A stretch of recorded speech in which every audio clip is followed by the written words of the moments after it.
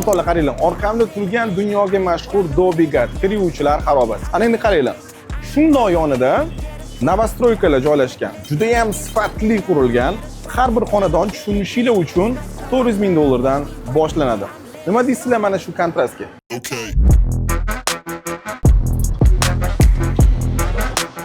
Bugun sizlar bilan dunyodagi eng kontrastga boy shahar va uning sirlari haqida.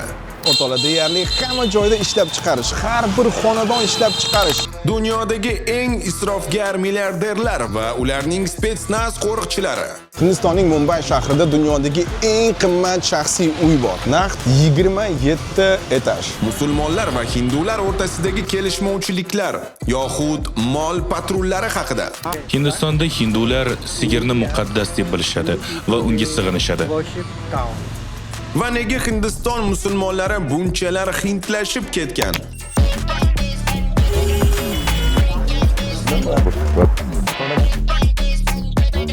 O'rtoqlar, biz Dharavi degan hududga hozir kirib boryapmiz. Bu hudud dunyo bo'yicha juda ham tanilgan hudud. Nimaga desanglar, aynan shu hududda Millioner is True Shop, ya'ni xarobadan chiqqan millioner filmi olingan. Biz esa hozir kirib ko'ramiz, odamlar qanaqa yashaydi, haqiqatan xarobami yashayotgan joyi yoki yo'q, nima ish bilan shug'ullanishadi, qanday kun ko'rishadi, qanaqa sharoitda yashashadi.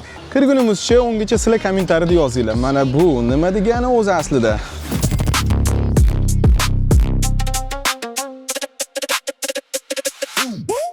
Yo, sizlar bilan o'sha Mumbaylik Dobdedi va sizlar mani rayonimda sizlar Dharavi. I'm from the city, home color, Bulgali Jamago. I'm from the area, Pera, Keta, Kalanda, Gunda. They shoot the Rick Party, Daba, in the area, the hip hop color, ciao. Live life, my man. The dirty darum sapadi, you're not hard man. Dobdedi Mumbayning taniqli rapperlaridan biri. Biz dunyodagi eng aholi zid joylashgan hududdan Dharavi xarobalari bo'ylab yuribmiz. It's a very small place. Ha, ko'chalarimiz tor bo'lishi mumkin, ammo odamlarning bag'ri keng, tushunasizmi? Wanna come Makale? Dharavi Mumbayning yuragida joylashgan hudud. Uning maydoni juda ham kichkina, atiga 2 kvadrat kilometrdan sal ko'proq, ammo shu tor hudud ichida milliondan oshiq odam yashaydi. Natijada Dharavi sayyoradagi eng zich aholi yashaydigan joylardan biri hisoblanadi. Bilasizmi, bu joyi madaniyati, odamlari rang-barang, ya'ni juda ham har xil. See the art everywhere. Ammo bu joydagi qiyinchiliklar hammani birlashtiradi. So it is always about Bu yoqda faqat bitta qonun bor, berasan, olasan. Hayot shunaqa. Bizni ko'chada katta bo'lganmiz, oson bo'lmagan, tushunyapsanmi? Oldinlari odamlar Dharavi haqida eshitsa titrashardi. Bu yo'lga kirishga aqli yetmasdi. Biz Dharaviliklar 1 milliontaga yetdik. Axir biz ham odammiz-ku, to'g'rimi? Sharoit og'ir, svet bor, ammo ko'pchilikning xonadoniga hattoki rozyetka ham yo'q. Hojatxonalar kam, kanalizatsiya mukammal emas. Taxminan har bir 100 ta xonadon uchun bitta tualet. Dharavi Hindistondagi eng qashshoq va aholi juda ham zich yashaydigan mahalladan bittasi o'zi. Tanishing, bu Asad. Asadbek, привет. Hindistonda 3 yildan beri yashaydi. Mabodo Hindistonni aylanmoqchi bo'lsanglar bog'laninglar. Ya'ni u yerda 10 million odam yashaydi deb taxminan etiladi. Tasavvur qilishingiz uchun butun O'zbekistonda 38 million aholi bor. Mumbay shahrida 20 milliondan oshiq. Ya'ni 10 millioni aynan bir kichkina tuman yoki mahalla desa ham bo'ladi, o'sha yerda joylashgan. Va juda ham ko'plarning pasporti yoki shaxsiyati noma'lum o'tdi, bilasizlarmi? Chunki u yerda bir kunda nechta odam tug'iladi, nechta odam o'ladi yoki o'zi bilmaymiz, qancha odam yashayotganini. Va u yerdagi o'zi hind odamlarini ham eng pastki tabaqa, ya'ni hozirda norasmiy ravishda anaqa nima deydi, kastalar tizimi mavjud. O'sha kastalar tizimida eng pastki qatlam ham aynan o'sha joyda yashashadi. Va eng qizig'i, u yerdagi odamlar o'zini ovqatlarini, ya'ni yeb ichish mahsulotlarini o'zlari topish kerak. Hindistondagi eng arzon ish kuchi ham Dharavidan chiqadi o'zi. Hozir adnoyimni uyiga kirib bitta ko'rib olamiz. Nima gap, ukam?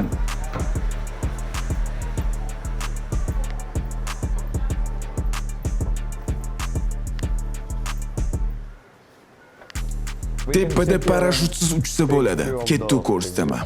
Come to the hood, come to the hood. Got my heart no bed.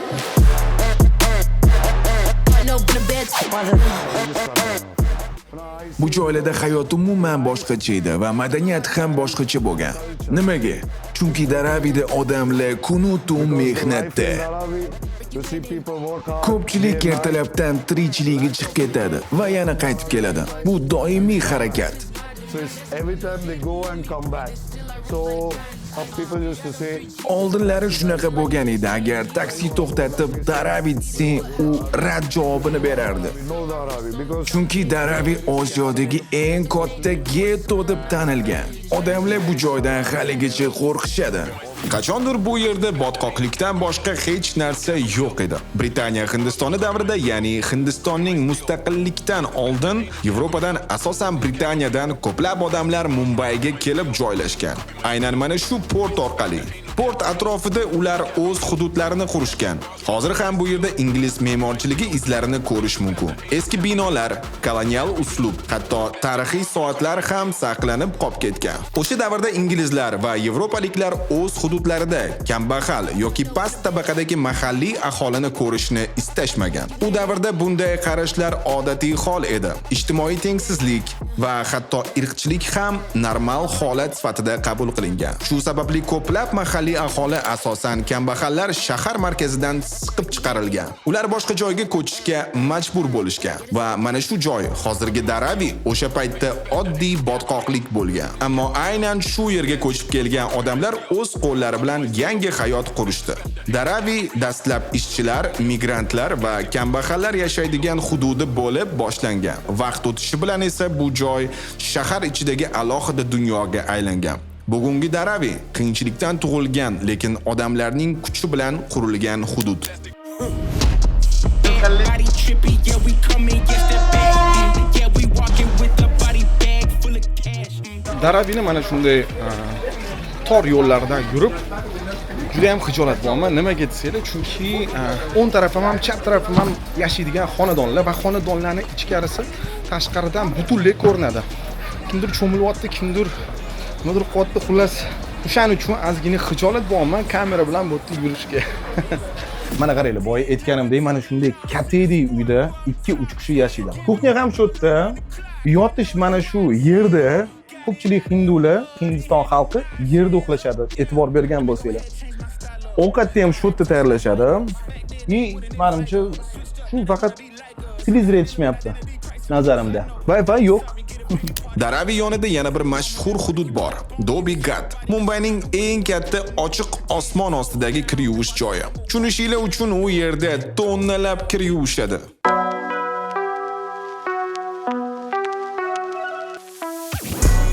I'm the best he ever had. Bad Daravidan so'ng biz Dobby Ghat hududiga keldik. Tushunishinglar uchun bu dunyodagi eng katta kir yuvish fabrikasi va bu hududda barcha yashovchilar aynan kir yuvish bilan shug'ullanishadi. I got you. I got you moving. Mana bu kir mashinani bir turi. Bu yerda ham kir yuvish mumkin. Mana bu uskuna ham yuvish uchun. Mehmonxonalar, temir yo'l, mahalliy do'konlar va shifoxonalar deyarli butun Mumbay kiyimlari shu yerda yuviladi. Bitta kiyim 20 rupiy, yuvish, quritish hammasi ichida. Mana shu amakining osib olgan yuki 50 kilogramdan oshiq, ishonasanmi? Ha, 50 kilogram. Xohlasang ko'tarib ko'r. Hali ko'tarib ko'ramiz. Faqat 50 kilo yo'q. Really. Kimning 40 kilo bo'lgan. Bu joyga kir yuvish uchun faqat oddiy odamlar emas, mehmonxonalar va restoranlar ham o'z choyshablarini olib kelishadi. Hatto politsiya va armiya formasi, yuqori lavozimli amaldorlarning kostyumlari ham aynan shu yerda yuviladi. Tepaga qara, kiyimlarni shu yerda osamiz va quritamiz. Tie and dye. They are making old clothes.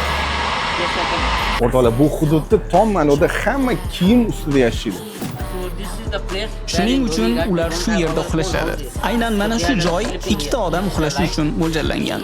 Ular mana shu yerda ham uxlashadi, ham ovqatlanishadi, ham kiyimlarini dazmollashadi.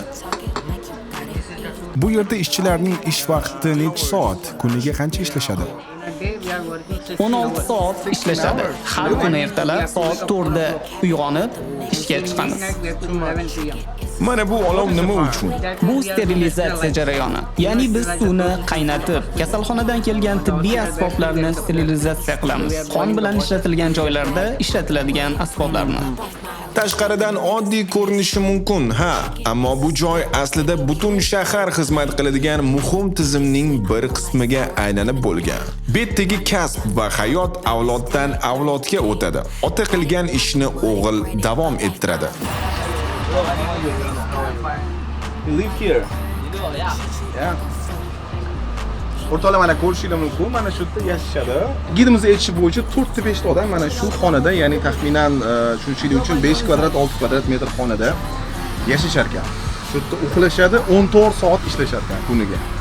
Keyin undan keyin 6 soat dam olib, ovqatlanib, mana shunday kun kechirishar ekan. 5 daqiqada shu uskuna orqali kiyimlar quriydi. 5 daqiqa. Tagidan esa suv chiqib ketadi. Bu yer bo'yash jarayoni. Ha, bo'yash jarayonimi? Tushunarli. Nima desam bo'ladi? Proses. Demak, bu yerda faqat bo'yash jarayoni, to'g'rimi?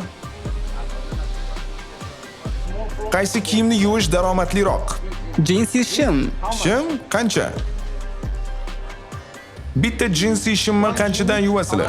Bitta jinsi shim emas, biz kilolab yuvamiz. 1 kilo how much? 1 kilo jinsi shimni 200 rupigacha yuvamiz. Ham yuvish, ham quritib berish, ham dazmollash, undan tashqari yetkazib ham beramiz. Bu yerda oddiy ishchining bir oylik daromadi qancha? Eng zo'r ishlaydigan bitta ishchi $150 topadi. Ya'ni bu 14,000 rupiy. Charlotte like I play for Hornets. When I'm performing, never boring. Now you can't afford it. Champagne period. Odamlar tekinga ham novostroykalarga ko'chib ketishni xohlashmaydi. Nimaga? Xullas, ba'zi bir manbalarga qaraydigan bo'lsa, ya'ni odamlar ichida shunaqa gaplar borki, hukumat bularga uy qilib beradigan bo'lsa, ular uyga olishar ekan, hukumat tomonidan qilingan uylarni, yaxshi sharoitdagi uylarni, lekin ular shunchaki borib sotib olishar ekan yoki arenda berib, yana o'sha xaraviga o'zini joyiga qaytib kelar ekan. Sababi ular o'sha yerda o'sgan, ya'ni мнение shunaqa bo'ladi. Hech qanaqa boshqa narsa o'zgartirib bo'lmaydi bu odamlarni. Bularni o'zgartirish uchun yengitdan noldan tug'ib, ta'lim berish kerak bularga. Ya'ni odamning мнениесini o'zgartirish kerak. Chunki bu yer ular uchun shunchaki uy emas, balki biznes manbai. Har bir xonadon oldida har xil mini ishlab chiqarish sexlar bor. Kimdir kiyim ishlab chiqaradi, kimdir mana shunday narsalarni ishlab chiqaradi, kimdir esa Mana bu sex esa musorlarni, ya'ni sortirovka qilib ko'rishingiz mumkin. Mana bu korobkalarda kerakli joyini olib qolib, bu yoq tarafga esa musor joyini olib borishyapti. Ya'ni har bir mahsulotdan unumli foyda ko'rishyapti. Makulatura hamma yoqda ishlab chiqarish. Mana shu o'zida odamlar yotishadi. Shu yerda dam olishadi. Полностью sklad kerakli joylarni olib qolishgan mana bu yerda. Orqamda esa mana hozir ko'rsataman sizlarga, mana kerak emas joyini otib yuborishadi. Mana 4 kishi ishlayapti. Bu yerda shu parda yostiqga navlchkalar tikishyapti. Mana ko'rishingiz mumkin mana bu yerda. Mumbai juda ham ustunligi uchun bular mana futbolkalarni yechib olganlar. Bu sex imенно material ishlab chiqariladigan sex. Mana shunaqa material ishlab chiqarishadi. E'tibor bergan bo'lsangiz, barcha sexlarda faqat erkak kishilar ishlaydi. Даже hatto tikuv sexlarida ham. Mana okamiz tikyaptilar. Reuters ma'lumotlariga ko'ra, Darabidagi yashirin iqtisodiyotning yillik aylanmasi taxminan $1 milliard ga yetadi. Bu shuni anglatadiki, tashqaridan qanchalik tartibsiz ko'rinmasin, ichkarida pul aylayapti. Ish ko'p, hayot qaynab yotibdi. Bu yerda odamlar qancha maosh topadi? Qancha maoshligini bilmadim, ammo shuni aniq bilaman, bu yerda taxminan $1 milliard dan oshiq aylanma bor. Agar Darabi bir kunga to'xtab qolsa, Mumbayda barcha narsa to'xtab qolish ehtimoli bor. Shunaqa. O'zing ko'rganingdek, bu yerda juda ham ko'p mini ishlab chiqarish sexlari bor. Va bu hududda kulolchilik bilan shug'ullanadigan odamlar juda ham ko'p. Ya'ni sopol buyumlar yasaydigan odamlar. Shaharda 500 rupiyaga oladigan narsani bu joyda 100 rupiyaga topishing mumkin. Chunki ishlab chiqarish shu yerni o'zida.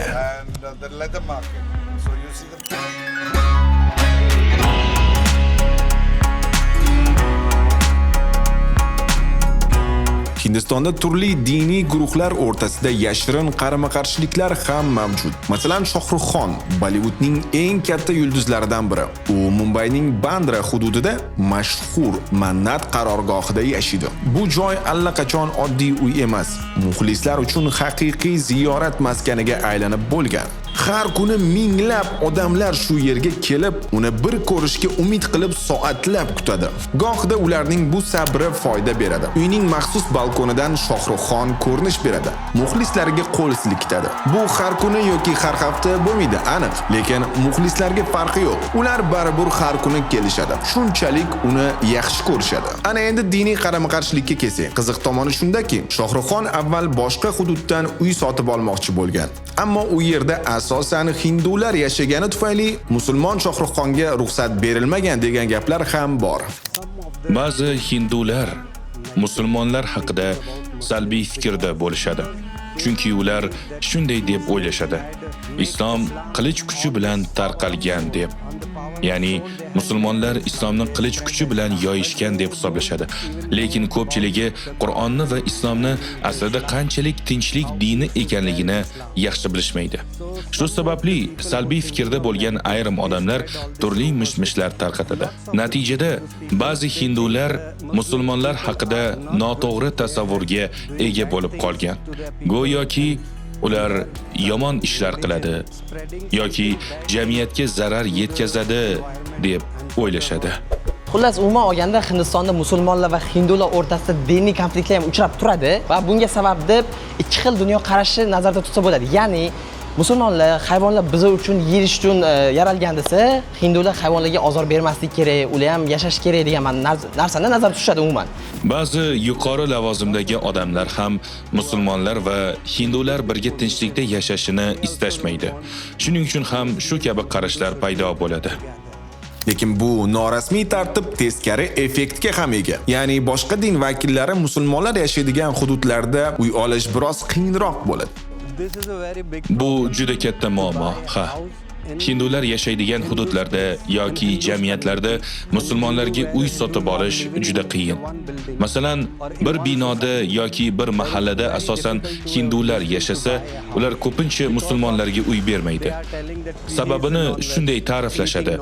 Ular vegetarian emas, ya'ni musulmon odamlar go'sht yeyishadi. Bu biz uchun muammo. Ular boshqalarni hurmat qilishmaydi.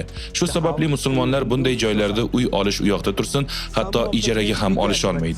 Biz faqat imkon bo'lsa musulmonlar bor joydan, ular ko'pchilik bo'lgan joydan uy sotib olamiz yoki ijarada yashaymiz. Musulmonlar asosan musulmon hududdan uy olishadi. Lekin jainlar yoki gujarotliklar bor joy doim bunga qarshi chiqishadi.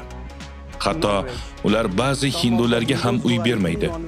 Agar ular vegetarian bo'lmasa. Shu muammolar bizning jamiyatda hali ham davom etib kelmoqda. Bu haligacha katta muammo bo'lib kelmoqda. Haligacha shunaqa muammolarga duch kelmoqdamiz. Endi biz bunga ko'nikib qolganmiz. Bilamizki, ayrim joylarda uy olishning iloji yo'q. Shuning uchun biz o'zimiz uchun alohida jamiyat qurishga majburmiz. Va albatta, u joyda masjid ham bo'lishi kerak, ibodat qilish uchun. Chunki boshqa hududlarda masjid bo'lmasligi aniq. Biz hindularni hurmat qilamiz. Islomda ham yozilgan. Boshqalarni hurmat qilsang, ular ham seni hurmat qilishadi deb. Biz ularni hurmat qilamiz. Bugungi kunda Shohruxxonning uyi Mannat taxminan 25-30 million dollar atrofida baholanadi. Hozir ham u yerda qayta qurish ishlari ketmoqda. Yana millionlab dollar sarmoya qilinyapti. Lekin eng qiziq paradoks, bu hashamatli uy atrofida baribir oddiy va kambag'al hududlar ham mavjud. Mumbayda boylik va kambag'allik doim yonma-yon yashashi bu g'alati emas. Mumbay shunaqa shaharki, boy inson bilan kambag'al insonni yonma-yon ko'rishingiz mumkin. Ya'ni boylar va kambag'allarning uyi yonma-yon. Dunyodagi eng ko'p millionerlar ham aynan mana shu Mumbay shahrida yashaydi. Lekin kambag'allar ham shu yerdada. Agar biz Mumbayda yashash haqida gaplashadigan bo'lsak, Mumbayda yashash shunaqa tezki, umuman dam olishga vaqt bo'lmaydi. Odamlarga qarasangiz, shunchaki odamlar ishga boradi, qaytadi. Umuman dam olishmaydi bu yerda. Hayot shunaqa darajada tez. Shu bilan birga pul topish oson, lekin mehnati qiyin. Va agar siz bu uyni eng qimmat deb o'ylayotgan bo'lsangiz, siz hali Mumbaydagi haqiqiy rekordchini ko'rmagansiz. Hindistonning Mumbay shahrida dunyodagi eng qimmat uy mavjud. Va u uy o'zi bitta oilaga tegishli. Eng qizig'i, u oila o'zi unchalik katta emas. Taxmin qilib ko'ringlar, dunyodagi eng qimmat uy necha etaj bo'lishi mumkin va necha pul turishi mumkin. Mana shu o'rtoqlar orqamda turibdi. 2 milliard yo 1,5 milliard dollar. Bu Antilya taxminan 2 milliard dollarga qurilgan uy. Ichida nima yo'q o'zi? 27 ta qavat. To'g'risi, doim yaxshi gumonda bo'lishga harakat qilaman har doim. Lekin keling tasavvur qilib ko'ramiz. Birinchi etaj, misol uchun bitta etaj mehmonxona uchun, bitta etaj yotoqxona, 4 ta etaj yotoqxonaga bo'lsin, har bitta oilaga alohida. Bitta etaj basseyn uchun, bitta etaj garaj bo'lsin, yana bitta etaj kinoteatr bo'lsin. Hammasini olib qarasanglar ham maksimum 12-13 etaj chiqishi mumkin. Bu eng patolog. Qolgan etaj nima kerak? Buni uy ham deb bo'lmaydi. Bu butun bir vertikal shahar. Va shu uyda Ambani oilasi yashaydi. Albatta, yuzlab xizmatkor va qo'riqchilar bilan. Ambanilar Hindistondagi eng boy oilalardan biri. Ular neft, gaz, telekom va o'nlab bizneslarni qamrab olgan yirik kompaniyalarga egalik qilishadi. Ularning umumiy boyligi taxminan 100 milliard dollar deb baholangan. Endi bitta tasavvur qiling. Bir odamning boyligi 100 milliard dollar. Dunyoda 130 dan ortiq davlatning VVPsi ancha kam. Masalan, Armaniston taxminan 30 milliard dollar. Qirg'iziston 15 milliard, Tojikiston 12 milliard, Afg'oniston 15-20 milliard. Ya'ni bitta odamning boyligi bir nechta davlat iqtisodiyotiga teng. 2024-yilda esa ularning o'g'li Anand Ambani to'yi butun dunyoga shov-shuv bo'ldi. Bu to'yda global yulduzlar qatnashdi va eng qizig'i, ular bu to'yga taxminan 600 million dollar sarflagan. Bu zamonaviy Hindistonning eng katta kontrastlaridan biri.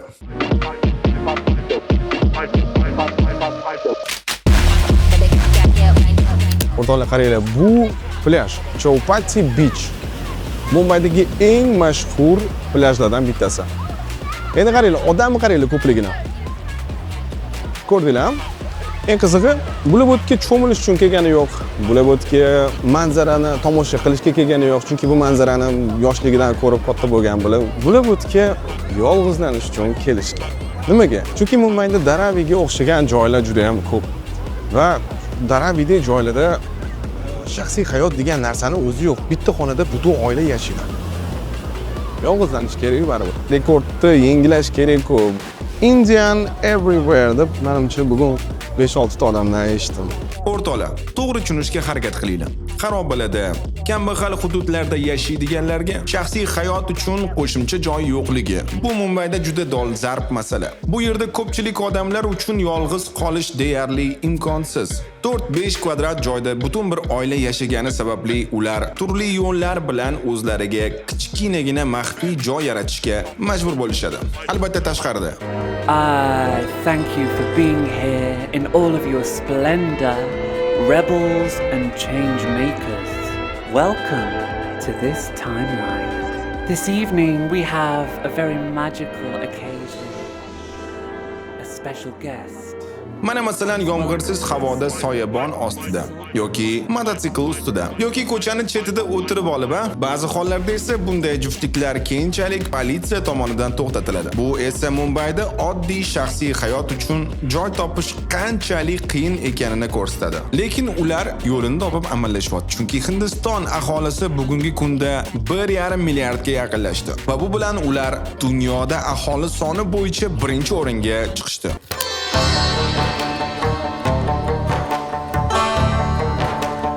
Mumbayda 3 millionga yaqin musulmonlar yashaydi. Ularning ichida ahli sunnasi ham bor, shiyaliklari ham bor va har xil biza eshitmaganlari ham bor. Demak, mana bu binoni ko'rishingiz mumkin, Hoji Ali majmuasi. Odamni qaranglar ko'pligini. Hozir mana shu masjidga kirib va ko'rmoqchiman, bu yerda nima o'zi? Bu masjidmi o'zi? Bu maqbarami? Hozir bu yoqqa kirib, menimcha juda ham ajib, bizga umuman notanish narsalarni ko'rsak kerak deb o'ylayman. Bu joyning nomi Hoji Ali dargoh. Mumbaydagi eng mashhur ziyoratgohlardan biri. U 15-asrda qurilgan va Piru Hoji Ali Shoh Buxoriy nomi bilan bog'liq. Ya'ni bu yerda aslida Buxorodan kelgan inson dafn qilingan. Bu joyning eng qiziq tomoni u dengiz o'rtasida joylashgan. Bu yerga musulmonlardan tashqari hindular ham keladi. Ular bu yerga ko'pincha duo qilish uchun keladi. Lekin ko'pchilik bevosita Allohdan emas, balki shu yerda yotgan inson orqali so'rashadi. Ularning ishonchiga ko'ra, agar shu yerda duo qilinsa, u tezroq ijobat bo'lar ekan. Ey deb chaqirib olib, do'ppisiz yurma deb mana shunaqa rezinkali do'ppi berib olishdi. Yarashdimi? Bu do'ppini menga yaxshilik niyatida berishmadi. Undan ham battari shuki, kirishda oyoq kiyimlarimni olib qolishdi. Qarab turaman, kiraver deb. Aslida ularning niyati qaytib chiqib ketayotganimizda pul so'rash bo'lgan. Pul so'rash ham go'yoki ehson, ovqat uchun deb. Lekin aslida bunday tizimlar bilan o'zbek odamni aldash juda ham qiyinligini bular bilishmasa kerak. Hoji Ali dargoh bu ziyoratgoh, ya'ni hurmat qilinadigan bir insonning maqbarasi. U Mumbayda, Tardeo yonida joylashgan va dengizning ichida qurilgan. U yerga borish uchun dengizdan o'tib borish kerak. U deyarli dengizning o'rtasida. Maqbaraga boradigan musulmonlarning ko'p qismi shunday o'ylashadi. U yerda yotgan inson go'yoki Allohga yaqin banda va agar shu joyda duo qilsak, duolarimiz tezroq ijobat bo'ladi deb o'ylashadi. Xullas, afsonalardan bittasi o'rtoqlar. Pir Hoji Alining vafotidan keyin dengizga mana shu yerdan turib jasadini oqirib borishgan ekan. Bular nima qilib oqirsa ham jasadi qaytib kelaverarmish, xuddi shu joyga. Ana shuning uchun ham mana shu odamlar bu yona qanaqadir karomatli, bir qanaqadir juda ham bir nima deydi, mo'jizaviy qilib ko'rsatishyapti. Va eng qiziq jihati, bu joy har doim ham ochiq bo'la bermaydi. Chunki mana shu yagona yo'l dengizning ichida va dengiz sathi yoki to'lqinlari ko'tarilganda yo'l butunlay suv ostida qoladi. Ikkinchi afsona shuki, Pir Hoji Ali davrida bir ayol yig'lab o'tirgan ekan. Pir Hoji Ali borib, nimaga yig'layapsan, nima bo'ldi deganda, men yog' sotib oldim, to'kordim degan ekan. Hoji Ali keyin haligi cho'pi bilan bitta yerga ursa yog' oqib chishi boshlabdi. Tushundinglarmi? Ozgina Zamzam tarixiga ham o'xshab ketadi bu afsona. Xullas, o'shandan keyin men Tangrining ishini qilib qo'ydim, ya'ni yo'q narsadan bor qilib qo'ydim. Ana endi tavba qilishim kerak deb hamma boyliklardan voz kechib, tarqatib yorib, sufizm yo'liga kiribdi. Shu sababli ba'zi odamlar shunga o'xshash ziyoratgohlarni muhim deb hisoblashadi. Lekin nazarimda bu biroz boshqacha. Islomda bu kabi amaliyotlar yo'q. Qabristonga borib, u yerga ibodat qilish yoki Allohdan boshqa kimdandir so'rash bu to'g'ri emas. Katta gunoh. Qabriston bu avvalo eslatma. U insonni o'limni eslashga undash kerak. Bunday joylar sokin, tinch va oddiy bo'lish kerak. Ortiqcha shovqin, chiroqlar yoki olomon bo'lmasligi kerak. Lekin bu yerda biz har kuni boshqacha manzarani ko'ryapmiz. Odamlar ko'p yig'iladi, chiroqlar doim yoniq, erkaklar va ayollar birga. Bu esa islomdagi asosiy tushunchalarga to'g'ri kelmaydi. Tasavvur qilaylik, birinchi afsona bu haqiqatan bo'lgan afsona, haqiqatan bor. Shunaqa tarix bo'lgan. Endi qaranglar. Ozgina o'zi aql ishlatsa tushunsa bo'ladi. Dengizning oqimi faqat bu yoqqa qarab intiladi. Ya'ni mana shu masjidga qarab intiladi oqimi. Va misol uchun bir yilda 12 oy bo'lsa, 12 oydan ko'p qismi oqim mana shu masjidga qarab intilaveradi, постоянно. Va albatta jasadni oqirib olganingizdan keyin u albatta orqaga qarab kelaveradi, u ketib qolmaydi uzoqga. Ikkinchi afsonani men to'g'risi o'ylab ham o'tirmayman, chunki bu narsani o'zi qanaqadir mantiqsiz. Birinchidan yog' to'kib yorib kim yig'laydi? Qaysi ayol yig'laydi yog' to'kib yorib? Yerga ozgina yog' to'kib yorish nima qilibdi endi? Shuning uchun mening fikrimcha, bu haqiqiy islom emas, balki bid'at, an'ana va urf-odatlarning aralashmasidir. E'tibor bering, Hindistonning barcha musulmonlari bunday shirk amallarni qilishmaydi. Hindiston musulmonlarining ko'pchiligi bu amallarni noto'g'ri deb biladi. Xullas, o'rtoqlar, o'ta ketgan sodda bo'lish ham kerak emas. Nimaga desanglar, duoni faqat Allohga qilish kerak, niyatni faqat Allohdan so'rash kerak, bandasidan emas. Buni ozgina fikr yuritsa odamlar, ozgina miyani ishlatsa, bu narsani shundoq ham avtomatik tushunishadi. Alloh bizga bekorga aql bermagan. Nimaiki niyat qilgan bo'lsangiz, Birinchi o'rinda sababini qilish kerak bo'lsa, sababini qilasiz, ana undan keyin oxirida Allohdan so'raysiz. Agar siz bu amallarni ko'rib hayratlangan bo'lsangiz, shoshmang. Chunki O'tola mehmonxonam musulmon rayonida va men shunchaki suvga chiqib, mana bu manzarani ko'rdim. Yaxshi ham yonimda telefonim bor ekan, telefonimda syomka qilib oldim.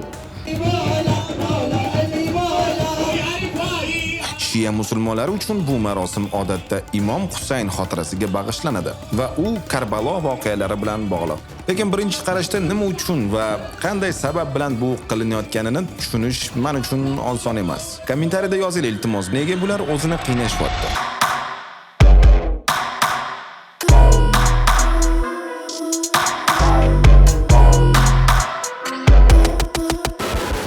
Hindistonda musulmonlar va hindular o'rtasidagi ziddiyatlar faqatgina diniy emas, balki ijtimoiy va siyosiydir. Ayniqsa amaldagi bosh vazir Narendra Modi kelishi bilan diniy va ijtimoiy ziddiyatlar sezilarli darajada ko'tarilganini tahlil qilish mumkin. Va aynan shu davr tufayli mamlakat bo'ylab Gau Rakshak, ya'ni mol patrullari tashkil etilishi boshlanib, ommalashib ketgan. Bu guruhlar aslida norasmiy va nodavlat tashkilotlar, ammo ularni aynan siyosiy kuchga egalar qo'llab-quvvatlayapti degan gaplar bor. Mol patrullarining asosiy vazifasi bu sigirlar go'sht mahsulotiga aylanmasligini ta'minlash. Va bu haqida birozdan so'ng to'xtalaman. Avval sizlarga bir narsani tushuntirishim kerak. Agar mabodo Hindiston bo'ylab yursangiz, bir narsaga guvoh bo'lasiz. Har bir shahar yoki qishloqda deyarli har yerda daydi mol yoki sigirlarni uchratishingiz mumkin. Aslida ularning deyarli 90% ni egasi bor. Shunchaki shaharlarda, misol uchun Mumbayda sigir yoki mol boqish imkonsiz va ilojsiz. Sharoit va qoidalar yo'l qo'ymaydi. Har kuni bu sigirlarni egasi sog'ib ko'chaga haydab boradi. Sigirni esa ko'chada odamlar boqib, qornini to'ydirishadi. Egasi kechqurun yana bir chaqirib olib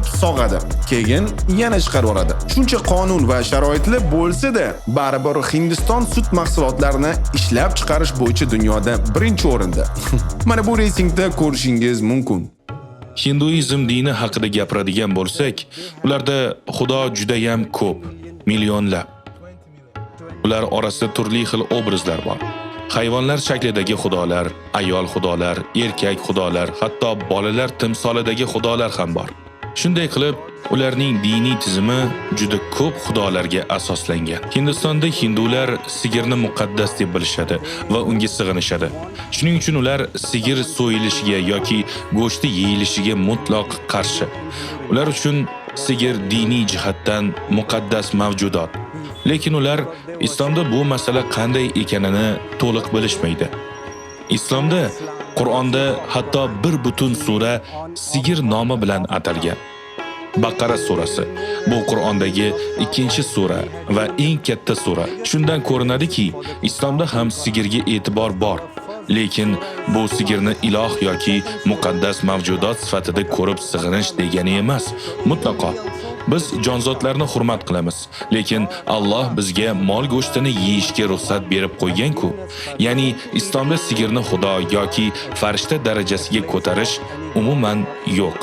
Hinduizmda esa sigirni muqaddas hisoblab unga sig'inishadi. Astagfirulloh. Shaxsan menimcha, ularni diniy kitobida ham bu amal yozilmagan. Endi hindu va musulmonlarning ziddiyati qayerdan paydo bo'lganligini mana shu yerda bilishimiz mumkin. Hindular uchun sigir muqaddas, deyarli onadek. Uni so'yish qat'iy taqiqlangan. Hatto bu uchun Hindistonning bir necha shtatlarida qonuniy jazo bor. Biz uchun esa, ya'ni musulmonlar uchun mol go'shti halol hisoblanadi. Uni bemalol iste'mol qilsak bo'ladi. Va shu sababli go'sht mahsulotlarini aynan musulmonlarning o'zini hududidan topishlari mumkin. Ya'ni hindlar umuman go'sht yemaydi emas. Hindlarning musulmonlari go'sht yeyishadi. Aynan sigir go'shtini emas, lekin ho'kiz go'shtini bemalol yeyishadi. Tovuq go'shtini ham iste'mol qilishadi, lekin aynan o'zlarining hududida hindularga umuman ekanini ko'rsatmagan holatda yeyishadi. Aynan shu sababli Hindistonning ayrim hududlarida bu ikki qarash to'qnashadi. Ba'zi bir holatlarda odamlar sigirni noqonuniy ravishda olib ketish yoki so'yish bilan bog'liq gumon ostida qolishadi. Aynan shunday vaziyatlarda Gau Rakshak, ya'ni mol patrullari aralashishadi. Ba'zida bu oddiy tekshiruv, ba'zida esa zo'ravonlik ham kuzatilgan. Mana ko'rishingiz mumkin. Sigirni olib qochishmoqda degan gumon bilan odam to'xtatildi. Mana bu videoda esa sigirni olib qochishda gumonlanayotgan shaxslarni quylashmoqda. hindular va musulmonlar. Ba'zi hindular o'ylashadi. Musulmonlar yaxshi inson emas. Ba'zi musulmonlar ham o'ylashadi. Hindular ham yaxshi emas deb. Lekin haqiqat boshqacha. Ko'p joylarda ular birga yashashadi. Tinchgina, do'stona, baxtli. Muammo odamlarda emas. Muammo aralashishni xohlamaganlarda, ayirmoqchi bo'lganlarda.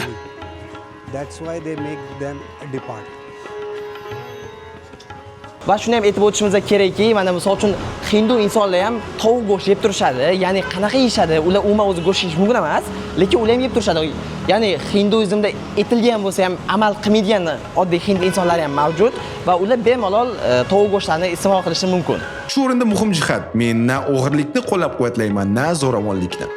Hindular faqat sigirga sig'inishmaydi. Ularning ma'budlari juda ham ko'p. Misol uchun maymun, ilon, o'simliklar, hatto daraxtlarga ham sig'inishadi. Ularning aqidasiga ko'ra hamma narsa Xudo. Bizning esa, ya'ni musulmonlarning aqidasiga ko'ra hamma narsa Allohda. Farqni ko'ryapsizmi?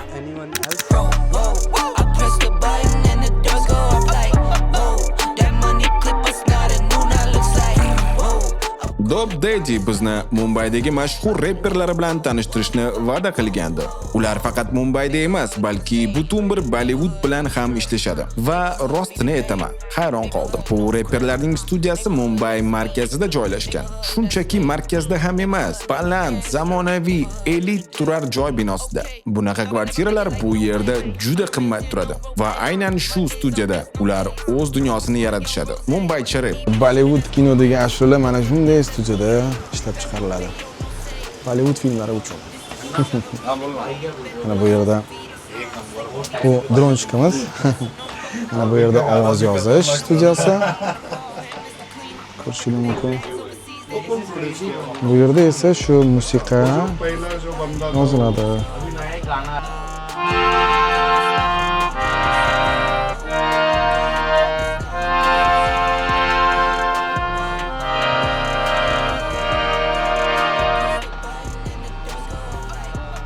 Boraylik bo'lsa, men o'zim ham ancha ashula aytishga qiziqaman va bularga hozir kameramni qo'yib beraman. Bir baho berishsa, o'zbek bola qanaqa ashula aytishini.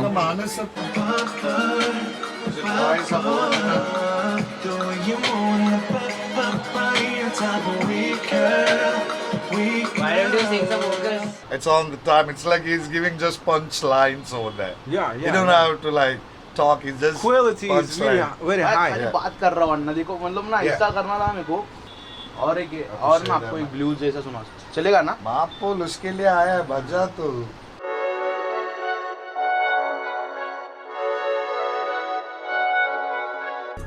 O'rtoqlar, agar sizlarga ushbu videomiz yoqqan bo'lsa, mana shu formatimiz to'g'ri kelgan bo'lsa, obuna bo'lishni unutmang. Kommentariyada albatta yozinglar, qaysi davlat yoki xalq haqida ko'rsatuv tayyorlashimizni xohlaysiz.